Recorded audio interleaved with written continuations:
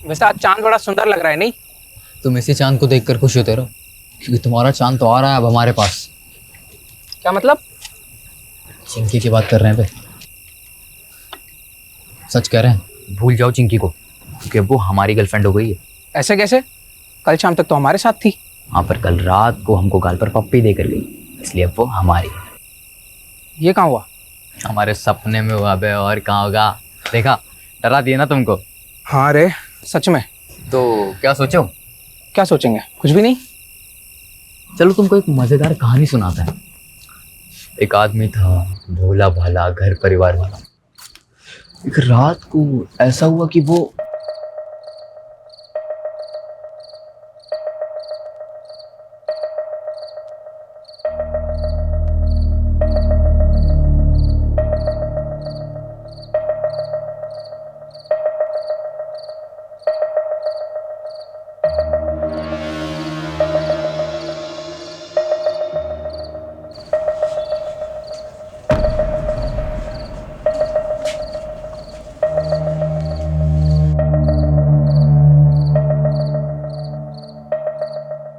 शमीम, ये इतनी रात को कहाँ जा रहे हैं? तुम सो जाओ ज़ेबा, जल्दी ही आ जाऊंगा। और इस थैले में क्या है? पानी की बोतल है, और क्या है। ज्यादा सवाल मत करो ज़ेबा, जल्दी ही आ जाऊंगा, तुम चुपचाप सो जाओ।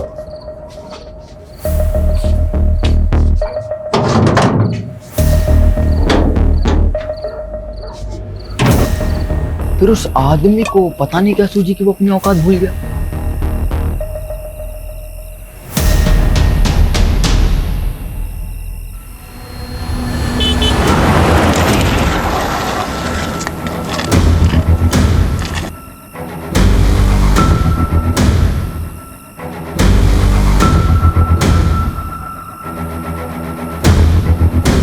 फिर क्या हुआ?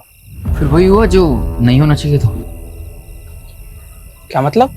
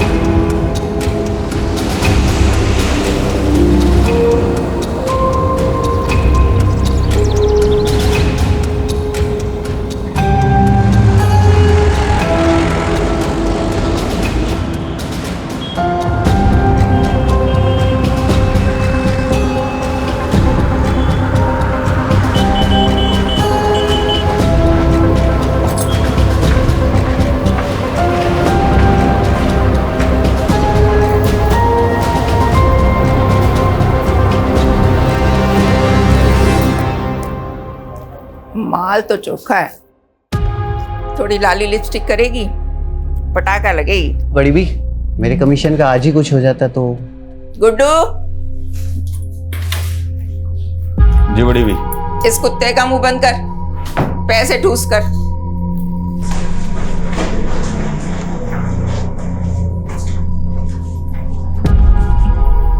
आज से ही काम शुरू करना है, तब तक यहीं रहना होगा, समझी? मुंह में जबान नहीं है क्या? भूख लगी है? खाना नहीं खाएगी तो रात भर कैसे टिकेगी? मैं खाना भिजवाती हूँ तुम्हारे लिए।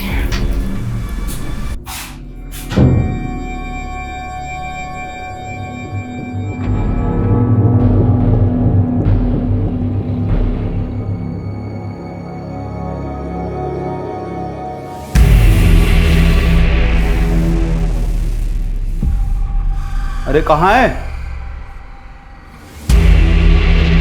ए लड़की, कहाँ गई वो? वे कहाँ है वो?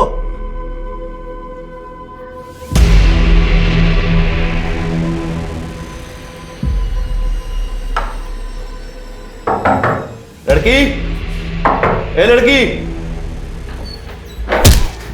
चल बड़ी भी, एकदम चुप। क्या हो गया? चल अंदर चल। कौन है तू? अब तेरा बड़े घर जाने का टाइम आ गया। यादव, शीला सेफ है, जल्दी से आ जाओ। अरे मैडम जी, हम तो सोशल वर्कर हैं, गरीब बच्चियों को काम दिलाते हैं। आपको कोई गलत फहमी हुई है। तेरा पूरा काला चिट्ठा है हमारे पास। इन दोनों को लेके जाओ और तब तक तोड़ो जब तक लाठी और हड्डी में से एक टूट ना जाए। चलो लेके जाओ। चल निकल, चल थाने।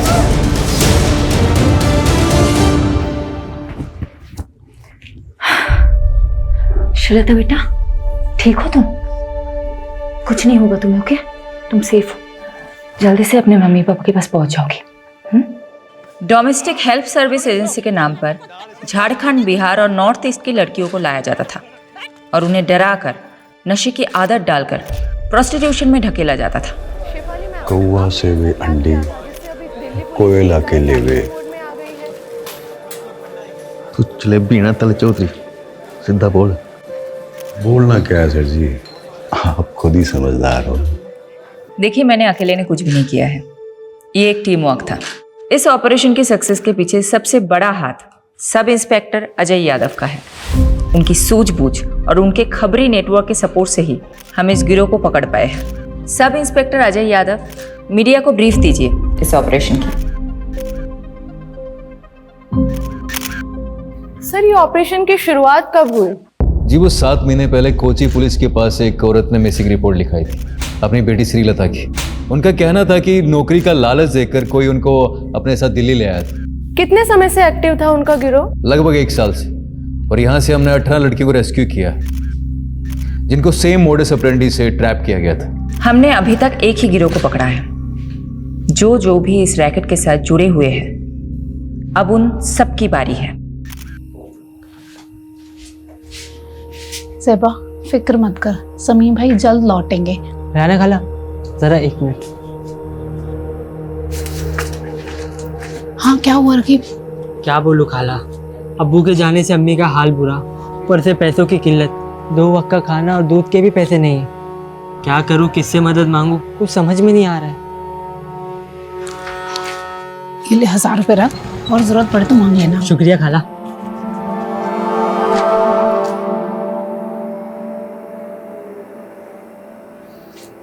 अजीज, शमीम का कुछ पता चला क्या? पुलिस ने कहा है कि वो पता लगाएगी शमीम का। वैसे मुझे नहीं लगता वो लोग कुछ करेंगे।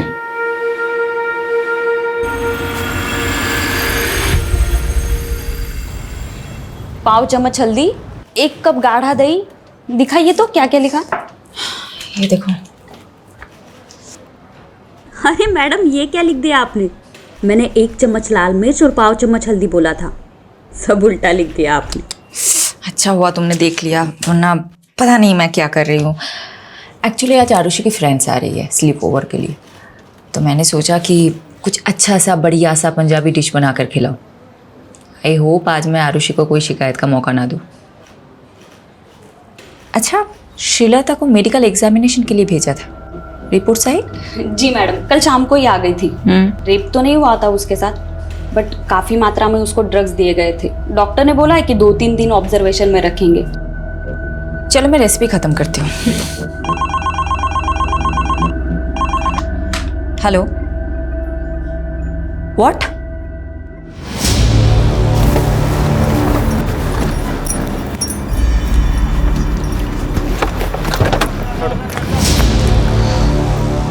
जय Hind ma'am.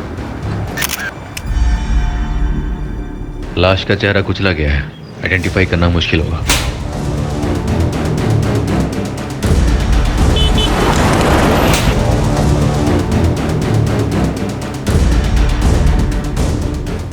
Solanki, mobile, wallet, ID card कुछ मिला? नहीं मैडम जी। सोलंकी, पोस्टमार्टम के लिए गाड़ी को बुलाया कि नहीं? हाँ बोला सर। बोल दिया ना? कब तक आ रहे हैं? बस 10 मिनट बाद आ रहा हूँ। फिर चेक कर लेगा। दी, देखो मैंने लाइट ऑन कर दी, कैसा लग रहा है? वेरी गुड रोहन, जब तू बड़ा होगा तेरे फ्रेंड स्लीप ओवर के लिए आएगा ना, मैं भी चुपचाप लिविंग रूम में चली जाऊंगी। Living room? मैं क्यों जाऊँ लिविंग रूम में? एक ही रात की तो बात है रोहन। मैंने इतनी मेहनत की हमारा रूम साफ करने में, मैं नहीं जाऊंगा कहीं भी। ए चैंप, तू एक काम कर, तू ना मेरे रूम में आ जा। ये लोग गर्ल्स नाइट आउट करेंगे तो हम भी बॉयज नाइट आउट करेंगे। मतलब मम्मी आज फिर से डिच करने वाली है? एक और झूठा प्रॉमिस किया मम्मी ने। जाने देना आरू, ये सोच कि तेरी फ्रेंड कितनी लकी है। अगर तेरी मॉम होती तो वो फिर से नई पंजाबी डिश ट्राई करती और हम लोगों को खिलाती, और हमें भी छोटी मोटी तारीफ करनी पड़ती। अभी एक काम करते, तुम लोगों का रूम फिर से सेट करते, ओके? चलो चलो चलो चलो। क्राइम सीन के पास और कुछ नहीं मिला, मर्डर वेपन भी नहीं। मैडम, पोस्टमार्टम रिपोर्ट आ गई। तो विक्टिम की उम्र 45 से 50 के बीच में, और हाँ, उसका खतना भी हुआ था। मतलब मुस्लिम था। और बॉडी पे 10 से ज्यादा घाव थे, और घाव को देख के ऐसा लगता है जैसे तेजधार शूले से किए गए। मर्डर कब हुआ होगा? बॉडी तो काफी सड़ चुकी है, देख के लगता है 4 से 5 दिन तो हो ही क्यों। मैडम, एक काम करता हूँ, विक्टिम के डिस्क्रिप्शन से मेल खाती हुई मिसिंग रिपोर्ट में आसपास के थाने में चेक करवाता हूँ। वैसे मैडम, मैं एक बात बताना भूल गई। हॉस्पिटल से कॉल आया था, श्रीलता की हालत अब काफी बेहतर है। 1-2 दिन में डिस्चार्ज मिल जाएगा और परसों की ट्रेन है उसकी। पारुल, एक काम करना, कल तुम श्रीलता से मिलना। और ये लो, इस पैसों से उसे एक मोबाइल खरीद देना। और परसों तुम खुद जाना उसे स्टेशन छोड़ने, ओके? शेल्टर होम की केयरटेकर जाने वाली मैडम। फिर भी जाना है तुम्हें। यादव सर ना सही कहते हैं, आप हर केस को काफी पर्सनली क्यों ले लेते हो? जब तुम खुद माँ बनोगी तब समझ जाओगे। किस्मत साथ दे रही है हमारा इस केस में। ओके, विक्टिम की डिस्क्रिप्शन से मेल खाती हुई मिसिंग रिपोर्ट हमें मिल गई। डिटेल्स बताना। डिटेल्स मैम, 6 दिन पहले नॉर्थ दिल्ली के निर्मल नगर थाने में शमीम खान नाम के एक आदमी की मिसिंग रिपोर्ट लिखाई गई थी। उम्र 45 साल, बीवी और बच्चे के साथ रहता था। बीवी और बच्चे का नाम क्या है? बीवी का नाम जेबा है और बच्चे का नाम रकीब।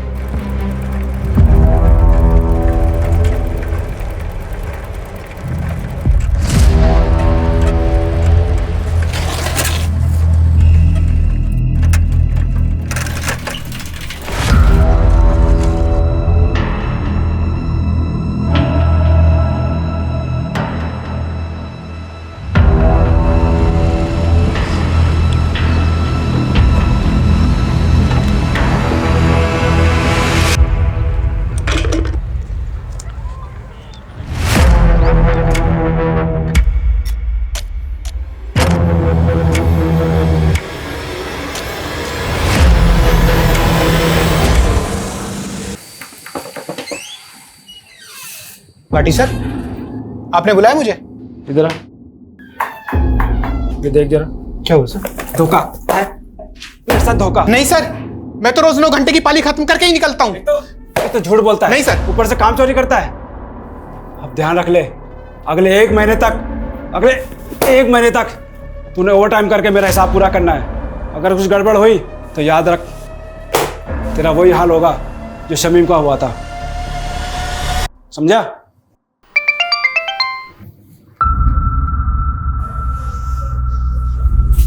ये क्या है?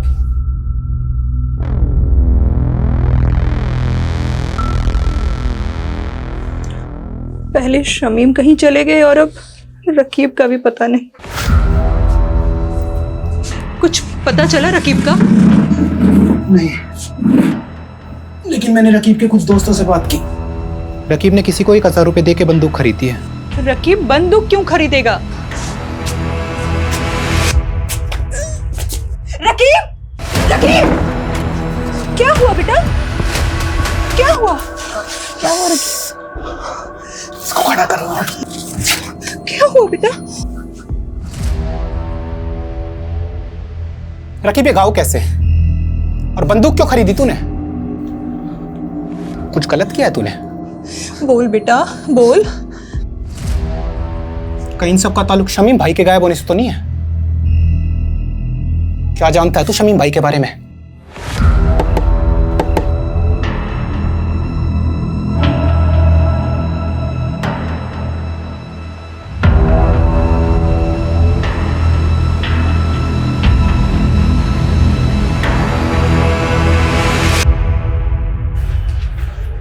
खोलो।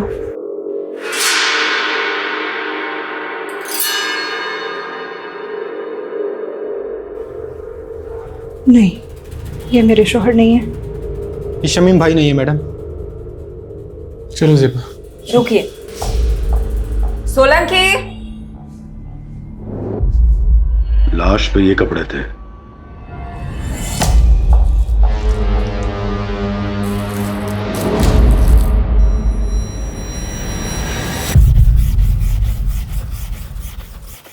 अरे अब्बू, शर्ट को इतना भी मत घिसो कि चीख पड़े।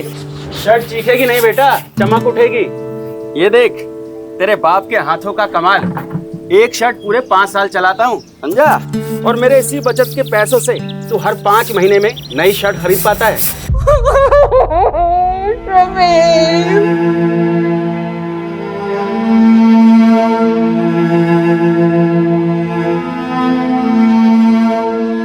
देखिए, मैं जानती हूँ ये सही समय नहीं है बात करने का, लेकिन शमीम की हत्या हुई थी और हत्या को 6 दिन हो चुके हैं। शमीम की किसी के साथ अनबन, झगड़ा, कुछ भी? ऐसा कभी कुछ नहीं हुआ था।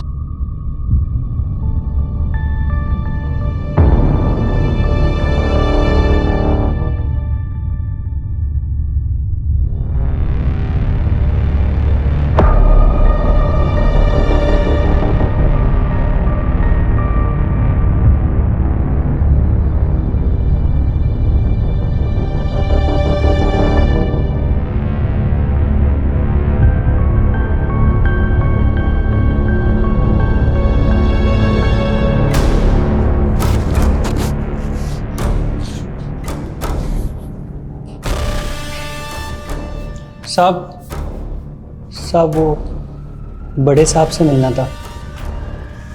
नाम क्या है तुम्हारा? बाबू। बाबू पक्का यही था वो? कितनी बार बताया साहब, 100% यही था। 2 आदमियों ने इसे पीछे से पकड़ रखा था और एक आदमी इसको चाकू मार रहा था। मैं डर के मारे सहम गया था, इसलिए इसकी मदद भी नहीं कर पाया।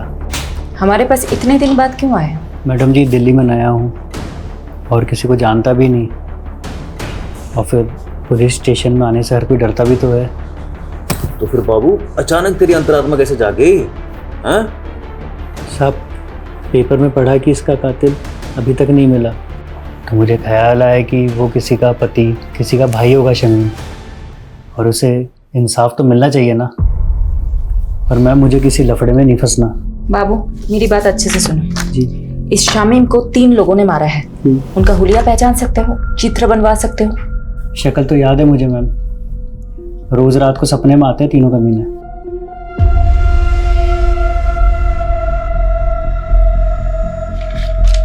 हाँ साहब, हूबहू यही तीनों थे। दीजिए यादव, सभी पुलिस स्टेशन में तीनों के स्केचेस थे। एक भी मिल गया तो बाकी 2 अपने आप हाथ लग जाएंगे। मैं ये स्केचेस शमीम की फैमिली को दिखाती हूँ।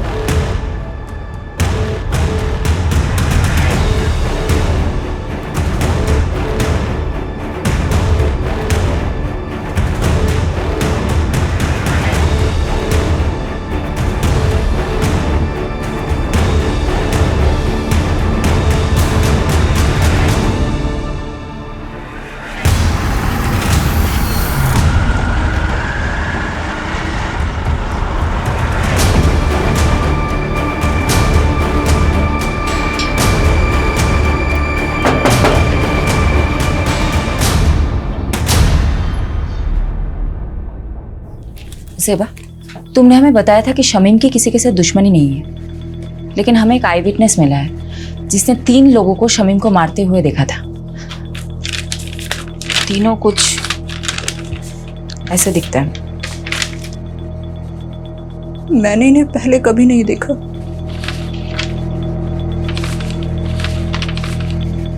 जिस रात शमीम गए थे तभी मुझे अजीब लग रहा था। मैंने उनसे पूछा भी था, ये इतनी रात को कहाँ जा रहे हैं? ज्यादा सवाल मत करो सेबा, जल्दी ही आ जाऊंगा, तुम चुपचाप सो जाओ।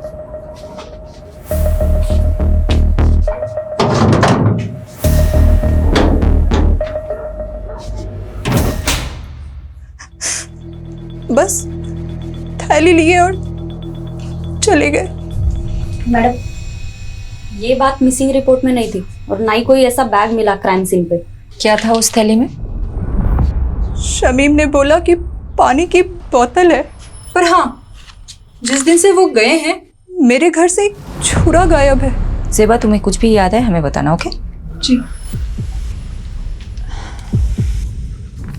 राकीब, तुम हमें कुछ बताना चाहते हो? ये चोटें कैसे लगी है तुम्हें? वो कल रात मेरे दोस्त करीम से लड़ाई हो गई मेरी। शमीम घर से छुरा लेके निकला था, कहीं ऐसा तो नहीं शिकारी खुद ही किसी का शिकार हो गया? हो सकता है मैडम। वैसे राकीब का घाव देखकर मुझे तो लगा कि वो जरूर कुछ ना कुछ जानता होगा। सख्ती से पूछे क्या? नहीं नहीं, माइनर है, कोई और तरीका आजमाना होगा। यादव कहाँ है? बोल तो रहे थे कि यही आएंगे, पूछती हूँ। काट दिया, कोई और एंगल टटोल रहा होगा। यही तो करता है वो। ये क्या? शमीन खान आपकी फैक्ट्री का वर्कर था। इन तीनों में से किसी एक ने उसको मारा हो सकता है। तो इन तीनों में से आपकी फैक्ट्री का कोई था, आप जानते होंगे? 150 वर्कर है मेरी फैक्ट्री में। सबकी शक्ल ना मुझे याद रहती है ना मुझे याद रखनी है। कहीं ऐसा तो नहीं आपने इन तीनों लोगों को शमीम खान को मारने की सुपारी दी थी? मैंने तो ऐसा भी सुना है कि आप अपने फैक्ट्रीज के वर्कर्स को मारते भी हैं। इंस्पेक्टर, ज्यादा मत उड़, तू जानता नहीं मैं कौन हूं। पुलिस वाले को तो हमसे था। बहुत अकड़ है ना तेरे में, आज सब निकालता हूं। चल चल।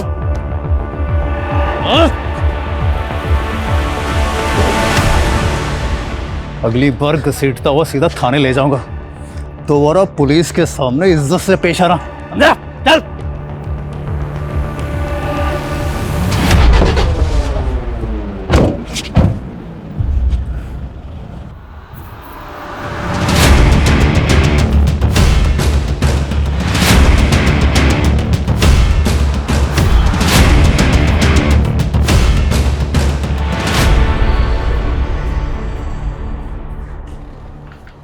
श्रीलता की रात की ट्रेन है ना?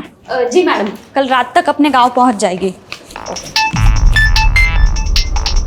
यादव सर का फोन है। स्पीकर पे रखें। हेलो सर, कहाँ हो आप? शमीम जिस फैक्ट्री में काम करता था वहीं गया था पूछताछ करने के लिए। पर पारुल एक काम करना, अभी मैडम को मैं बताना। यादव, फोन स्पीकर पे है। सॉरी मैडम, वो मैं पूरी इन्वेस्टिगेशन होने के बाद आपको बताना चाहता था। क्या बोलूं तुमको? Okay.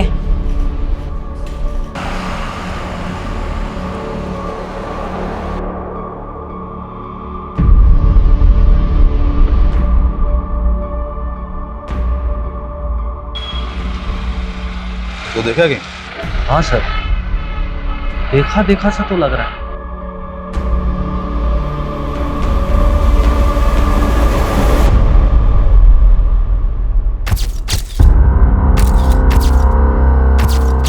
Meenakshi, I'm gonna miss you. उम्र 55 की लेकिन दिल बचपन का है तुम्हारा। 2 दिन के लिए तो जा रहे हो, महीनों के लिए नहीं। हाँ, लेकिन शादी के इतने सालों में भी 2 दिन भी मैं तुमसे दूर कहाँ रहा हूँ कभी। डॉक्टर हर्षवर्धन, मैं तो रेडी थी सूरत जाने के लिए, तुम ही ने तो मना किया ना। अब 2 दिन के लिए तुम मेडिकल कॉन्फ्रेंस में जाके क्या करती? नेक्स्ट मंथ मॉरिशस में एक मेडिकल सेमिनार है, उसमें चलेंगे ना साथ? ठीक है, चल बाय।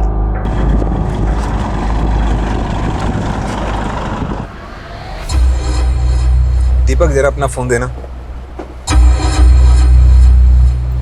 यो सर। हाँ, मैं बोल रहा हूँ, दीपक के फोन से बात कर रहा हूँ। दरअसल मीनाक्षी ने मेरे फोन में कोई स्पाई सॉफ्टवेयर इंस्टॉल कर दिया है। मैं दीपक को भेजता हूँ तुम्हें पिक करने के लिए। Love you, bye. सर इसके बारे में मालूम चलते फ़ोन मारता हूँ मैं आपको। पता कर। अच्छा वो रकीब का बायोडाटा निकाला क्या? हाँ सर, पता किया ना सर। राकिब क्या छोटी सी उम्र में गलत लफड़ों में फंसा। भीमलाल नाम का एक बैटिंग माफिया है, उसके साथ जोड़ा। भीमलाला कहीं वही तो नहीं जो बेल से छूटने के बाद लॉटरी के धंधे में घुस गया? वही वाला सर। सर हुआ क्या, जब भी शमीम गायब हुआ ना, राफिक को सीधा शक भीमलाला पे गया और वो उससे मिलने चला गया। ए, क्या कर रहा है ये? पागल हो गया?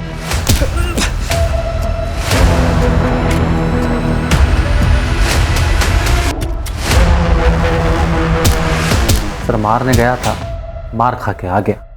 सब मेरी गलती, मेरी वजह से अब्बू की जान गई। मुझे ऑनलाइन गेम की लत लग गई थी जिसमें आप बहुत सारे पैसे कमा सकते हो।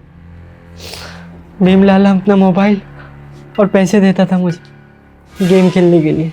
ज़्यादा पैसे कमाने की लालच में 2 लाख रुपए कर्ज हो गए मुझ पर। भीमलाला पैसों की वसूली के लिए हमारे पीछे पड़ गया था। उस दौरान अब्बू अजीज अंकल के साथ बिजनेस शुरू करने का प्लान बना रहे थे। अजीज अंकल के दिए हुए 60,000 रुपये मैंने चुरा लिए और भीमलाला को दे दिए। बस बाकी के 1,40,000 कब देगा? वही ब्याज के साथ? दे दूंगा, जल्दी दे दूंगा। लेकिन अब्बू को पता चल गया कि वो पैसे मैंने लिए। बता क्या क्या तूने पैसे बताता क्यों नहीं? क्या किया? अरे तू आज तेरी वजह से सब कुछ हुआ है। माफ कर दो। क्या जवाब दूं अजीज भाई को? बोल। मुझे माफ कर दो अब्बू। मारो मुझे, मारो, मैं बहुत बुरा हूँ अब्बू, मुझे मारो। क्या कर रहा है? क्या कर रहा है? पागल हो गया है क्या? सुन बेटा, क्या हुआ है? हाँ, हमें बता क्या हुआ है। हम कोई तरकीब निकालेंगे। बोल बेटा। लाला जी, मैं धीरे धीरे आपका सारा कर्ज चुका दूंगा। धीरे धीरे नहीं, जल्दी जल्दी। 15,000 रुपये महीना चाहिए मेरे को तेरे से। तू 15,000? पर लाला जी इतनी तो मेरी कमाई भी नहीं है, कहाँ से लाऊंगा मैं 15,000? ठीक है, हर महीने 5,000 रुपये, उससे 1 पैसा कम नहीं। अब्बू ने कई महीने तक पैसे दिए लेकिन फिर भी काफ़ी रकम बाकी थी। उसका ब्याज बढ़ता ही जा रहा था। क्या उस रात शमीम लाला को मारने उसके घर गया था क्या?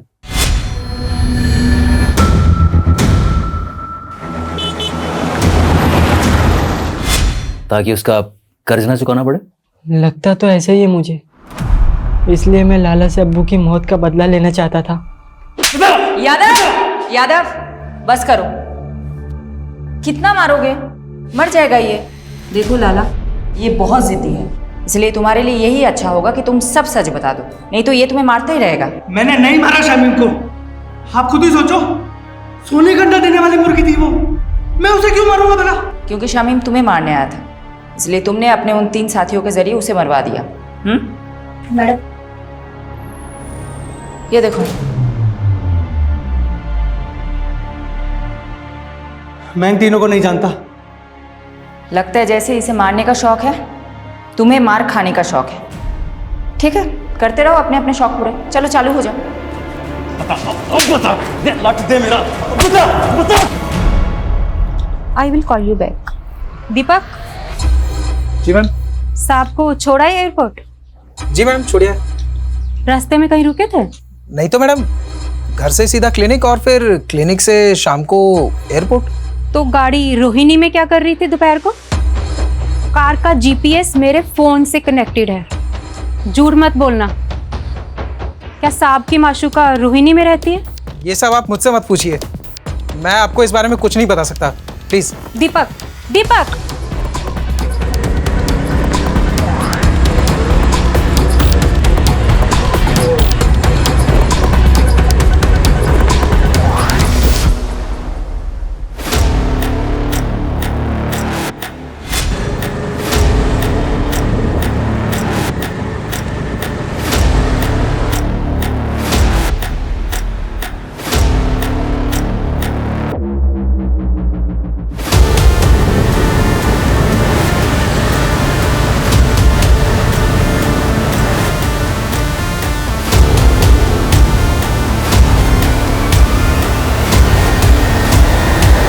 मैडम जी, हम गंगा मैया की कसम खा के कहते हैं हमने किसी शमीम को नहीं मारा। झूठ मत बोल।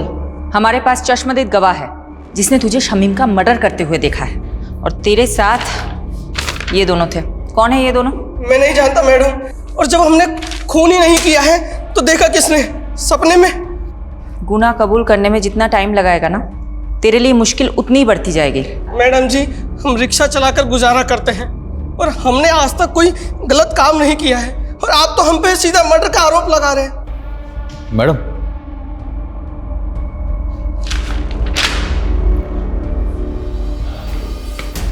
बोलो। हाँ, जीतू के बारे में पता किया मैंने। उसकी नॉलेज काफ़ी शरीफ आदमी है, कोई क्रिमिनल रिकॉर्ड भी नहीं है इसे।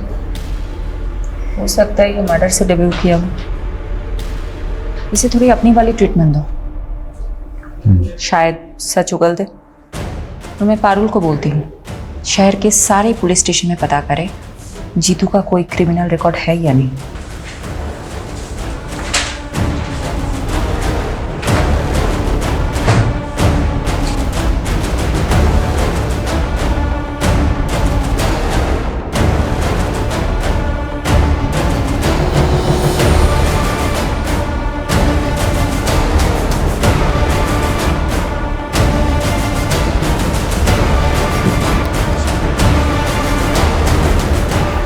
सर, यही है वो विभूति प्रसाद।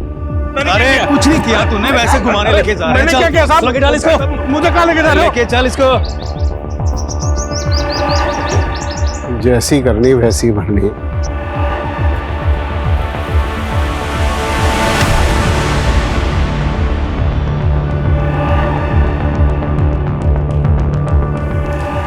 मैम, यही है वो आदमी जिसने उसको चाकू मारा था। और मैम इस वाले आदमी ने उसको पीछे से पकड़ा हुआ था। मैम, वो तीसरा आदमी मिला क्या? वो भी मिल जाएगा।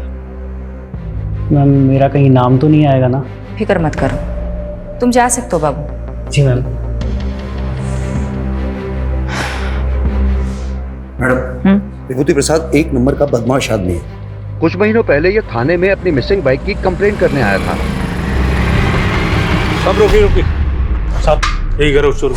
सर ये झूठ बोल रहे हैं, हमने कोई बाइक चोरी नहीं की, बल्कि यही हमें परेशान करता रहता है। सब ये एक नंबर का झूठा है साहब। क्या सबूत है तुम्हारे पास? सबूत है हमारे पास, ये देखिए। ये आप ही का बेटा है ना? हाँ सर। बुलाइए इसे। साहब ये झूठ बोल रहे हैं, इनकी बाइक रास्ते में खड़ी थी, वो तो मैंने बस साइड कर दी।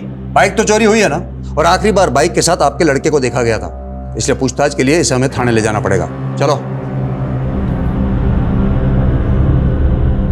मैडम, वो बाइक तो बाद में मिल गई, लेकिन कुछ दिनों बाद विभूति फिर से आया। अब मार डाला, देखिए ना, पता नहीं कौन से जन्म का बदला ले रहे हैं बाप बेटा मुझसे। ये क्या नाटक है विभूति? नाटक नहीं, अटैक हुआ मेरे पे, अटैक इसके बेटे ने किया साहब। सर ये झूठ बोल रहा है, पहले भी इसने मेरे बेटे को फंसाया, अब दोबारा फंसा रहा है मेरे बेटे को। देखिए अनिल जी, डॉक्टर ने इन्हें एग्जामिन किया है और इसीलिए हम लोग यहाँ पर आए हैं। हमें आपके बेटे से कुछ पूछताछ करनी है, बुलाइए उसे। सर वो घर पे नहीं है। आप अपना तलाशी लीजिए अंदर। वो घर पे नहीं है, मेरा यकीन कीजिए। ठीक है, वो जैसे ही घर पर आए भेजो उसे हमारे पास। जी। इन्वेस्टिगेशन से पता चला कि अनिल और उसका बेटा वाकई शरीफ आदमी है, लेकिन ये विभूति एक नंबर का सरफिरा है। ये विभूति उन लोगों को क्यों परेशान कर रहा था? दरअसल मैडम, ये अनिल और उसके बेटे की जमीन हथियाना चाहता था, वो भी सस्ते दामों में, और अनिल उसे बेचना नहीं चाहता था। बस तभी उसने ये ड्रामा खेला। कौन था तेरा तीसरा साथी? कौन तीसरा साथी? क्या कह रहे हो आप? देख विभूति, सीधी तरह बता दे, शमीम के खून में तेरे और जीतू के अलावा वो तीसरा बंदा कौन था? वरना बहुत पीटेगा तू। हाथ मत लगाना मुझे, वरना पूरे डिपार्टमेंट को कोर्ट में घसीटूंगा मैं। तू यहां से जाएगा तब ना। तुझे क्या लगता है झूठा केस फाइल करना सिर्फ तुझे ही आता है? हम भी कर सकते हैं। मैडम फोन है आपके लिए। हेलो। शिफाली दी, मैं श्रीलता। श्रीलता, कैसी हो तुम? मैं ठीक हूँ, थैंक यू दीदी। ये लीजिए, अम्मा से बात कीजिए। मैडम आप हमारे लिए भगवान, आपका बहुत बहुत थैंक यू। अरे आप मुझे थैंक यू मत बोलिए, आप बस अपना और श्रीलता का ख्याल रखिए, उसे खूब पढ़ाइए। मैं आपके टच में रहूंगी। जी मैडम। बाय। हाँ यादव बोलो। मैडम स्केच वाले तीसरे बंदे का पता चल गया, मैं घसीटते हुए उसे थाने लेकर आता हूँ, आप वेट कीजिएगा। बस बस बस यही है सर। यही है यही वाला सर। एक बार आप बंदे को देख लीजिए फिर दे दीजिए। क्यों, क्या हो? स्केच से शक्ल तो मिलती है ना? स्केच से शक्ल तो हूबहू मिलती है, तो लेकिन फिर भी मुझे डाउट हो रहा है सर। क्या मतलब, कोई डाउट है क्या? अब सर आप खुद ही देख लीजिए। क्या बकवास है ये? आप कह रहे हैं कि मैंने, डॉक्टर हर्षवर्धन ने एक फैक्ट्री वर्कर का कत्ल किया है, वो भी किसी सिरफिरे और ऑटो रिक्शा वाले के साथ मिलकर? देखिए डॉक्टर हर्षवर्धन, हमारे पास आपके खिलाफ सबूत हैं। आप जानते हैं हम किससे बात कर रहे हैं? देखिए अब जो भी है, हम सिर्फ अपना प्रोसीजर फॉलो कर रहे हैं। ठीक है, तो अब मैं प्रोसीजर ही फॉलो करूंगा, और अब मैं नहीं, मेरा लॉयर आपसे बात करेगा।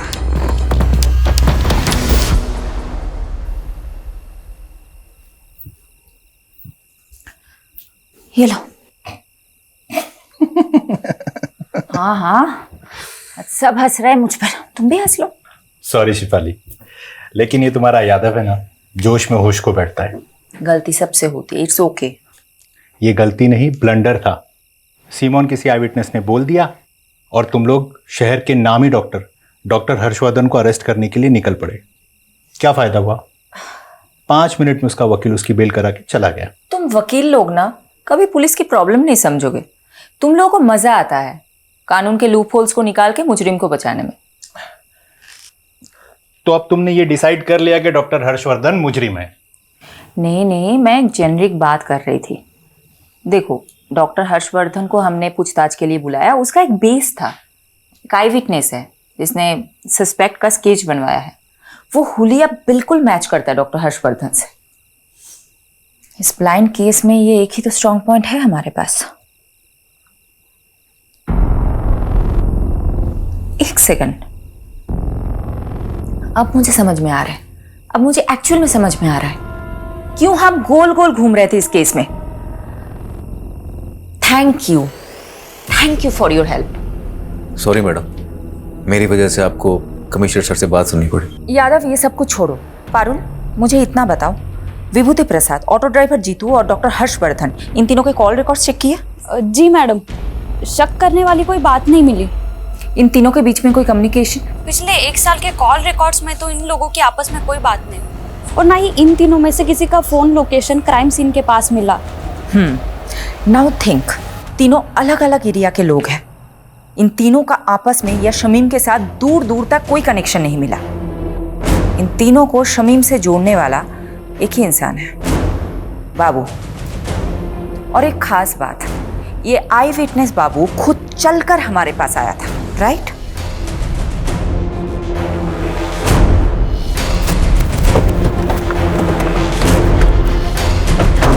यादव,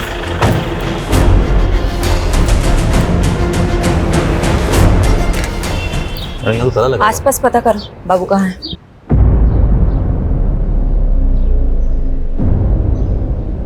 मैं बाद में बात करती हूँ। क्या हुआ? मैडम, आसपास पड़ोसी से बातचीत की मैंने, उनका कहना है कि बाबू काफी दिनों से गायब और उसका फोन भी बंद आ रहा है। मैंने ट्राई किया।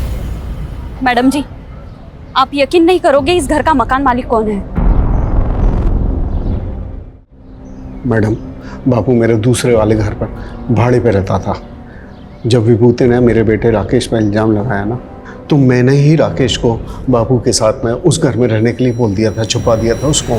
वो घर पे नहीं है, मेरा यकीन कीजिए। ठीक है, वो जैसे ही घर पर आए भेजो उसे हमारे पास।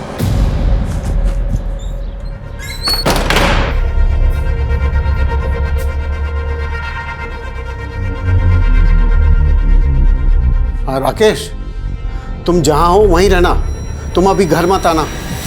फिर मैडम, राकेश ने बाबू को विभूति के बारे में सब कुछ बता दिया कि वो कैसे हमको तंग करता था।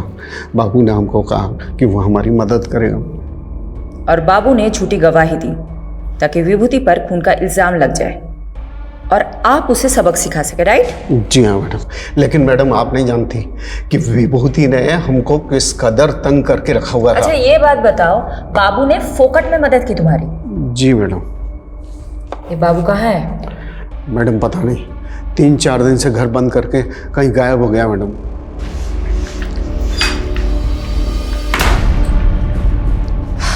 मैडम बाबू के खिलाफ लुकआउट नोटिस जारी कर दिया है।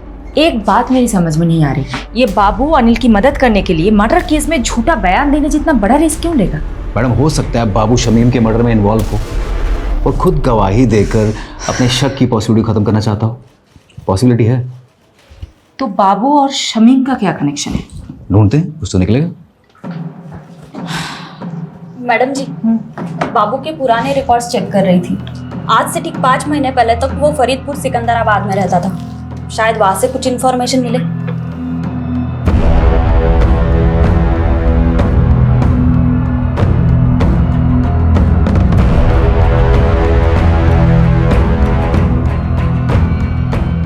मैडम बाबू और बिलाल इसी गांव का रहने वाला था। 16 साल की उम्र में उसने अपने दोस्त की हत्या की थी।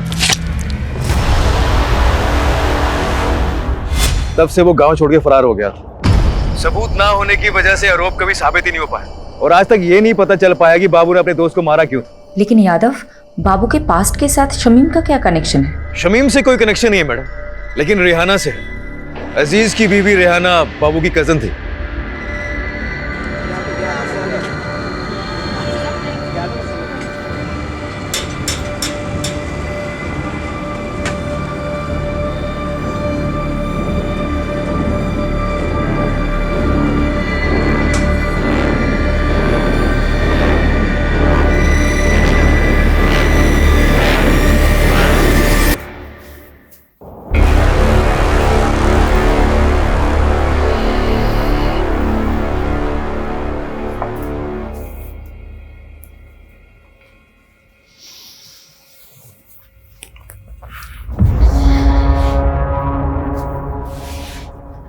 बस ज़ेबा, कब तक ऐसे चलेगा?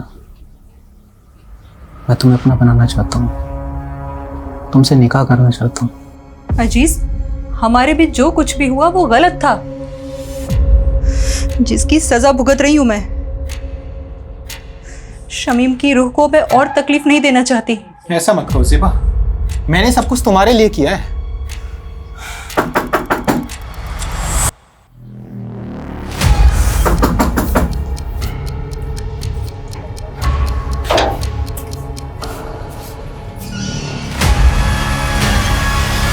अजीज चल, अब आगे की खातिरदारी तेरी जेल में करते। मैं हमेशा से ज़ेबा को पसंद करता था। जब भीम लाला ने शमीम से पैसे हटने शुरू किए तो शमीम काफ़ी चिड़चिड़ा रहने लगा था। वो बात बात पर गुस्सा करता था। मुझे उसकी फिक्र होने लगी तो मैंने एक रोज़ ज़ेबा से बात करने का सोचा। अजीज, मेरी मुश्किलें तो ख़त्म होने का नाम ही नहीं ले रही हैं। रकीब की नादानी ने सब बर्बाद कर दिया। शमीम दिन रात काम करते हैं। मुझे कहीं ना कहीं अंदाजा था कि ये मसला पैसों का है।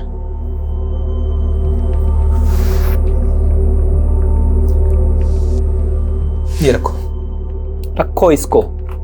और हाँ, ना ये कर्ज है ना एहसान। हम धीरे धीरे नजदीक आ रहे थे। ज़ेबा भी मुझे पसंद करने लगी थी। लेकिन एक दिन शमीम को सब पता चल गया। ज़ेबा, ज़ेबा, दरवाजा खोल, दरवाजा खोल ज़ेबा। अजीज, शमीम, मुझे माफ कर दीजिए, मैं आपके हाथ जोड़ती हूँ। गलती हो गई शमीम, माफ कर दीजिए, हमसे बहुत बड़ी गलती हो गई, माफ कर दीजिए शमीम। उस दिन के बाद से सब खत्म हो गया था। ज़ेबा ने मुझसे मिलना छोड़ दिया था, लेकिन मेरे जहन में दिन रात सोते जागते सिर्फ ज़ेबा का ही ख्याल था। तो ज़ेबा को पाने के लिए शमीम को रास्ते से हटाने का प्लान बनाया तुमने? हाँ, बाबू मेरी बीवी रेहाना के गांव का रहने वाला था। गांव में उस पर एक हाफ मर्डर का केस भी चल रहा था। मैंने उससे मदद मांगी। वो 2 लाख रुपए के बदले शमीम का काम तमाम करने को तैयार हो गया। रियाना जानती थी इसके बारे में? नहीं, सारा प्लान मेरा और बाबू का था। प्लान के मुताबिक मैं एक दिन शमीम से मिलने गया।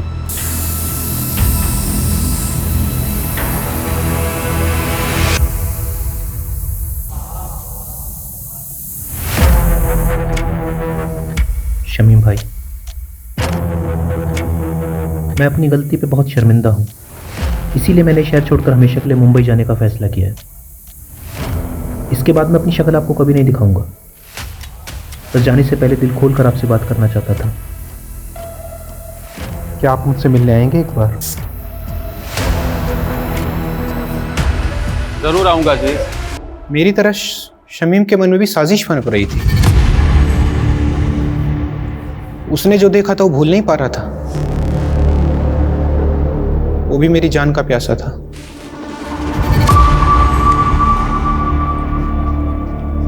अरे शमीम भाई, बहुत बहुत शुक्रिया आप आए, सच बहुत खुशी हुई।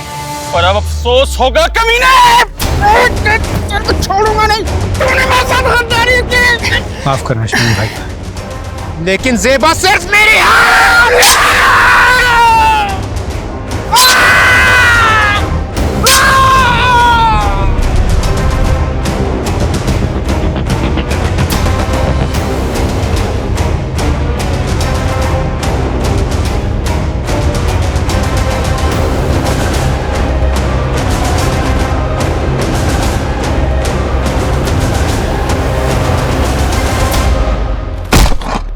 हम जानते थे कि एक न एक दिन आप हम तक जरूर पहुंचोगे, इसीलिए बाबू ने आई विटनेस बनने का प्लान बनाया ताकि आपको भटका सकें। बाबू ने विभूति प्रसाद, जीतू और डॉक्टर हर्षवर्धन का नाम क्यों लिया था? ऐसा कुछ सोचा नहीं था। बाबू के दिमाग में जो हुलिया आया वो बयां करता चला गया।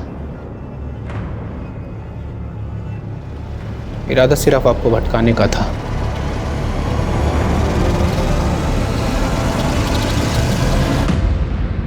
वाह मॉम, खाना बहुत अच्छा बना है। थैंक यू बेटा। यशी बेटा, अब तो कुछ खा ही नहीं रही हो, ऐसे नहीं चलेगा। ये मैंने स्पेशली तुम्हारे लिए बना, खा लो। ये लो, थोड़ा खा लो। मुझे तो लगा था हमारी शायद फ्लॉप होने वाली है, ये तो हिट हो गई।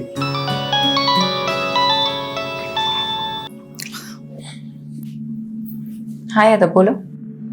मैडम, बाबू पकड़ा गया, माऊ में जाकर छिपा था। उसने बताया जीतू और डॉक्टर हर्षवर्धन का नाम क्यों लिया था? बदला लेने के लिए। बड़ी अजीब कहानी है मैडम। बाबू जब पहली बार शहर आया था तो उसने जीतू का रिक्शा लिया था और सिर्फ 15 रुपए के लिए दोनों में बहस हो गई थी। क्या 15 रुपए के लिए बाबू ने जीतू को मर्डर केस में फंसाया? जी मैडम, और डॉक्टर हर्षवर्धन के क्लिनिक में बाबू ने उसकी नर्स को छेड़ दिया था, जिसलिए डॉक्टर हर्षवर्धन ने उसको बहुत जलील किया था सबके सामने, और उसका बदला लेने के लिए उसने डॉक्टर हर्षवर्धन को बलि का बकरा बना दिया इस मर्डर केस में। लोग कितनी छोटी बात गांठ बात लेते हैं। चलो अच्छा है, ये केस तो सॉल्व हुआ। अब मैं चैन से अपनी फैमिली के साथ खाना खा सकती हूँ। अरे बिल्कुल madam. Good job Yadav. Thank you madam. Bye.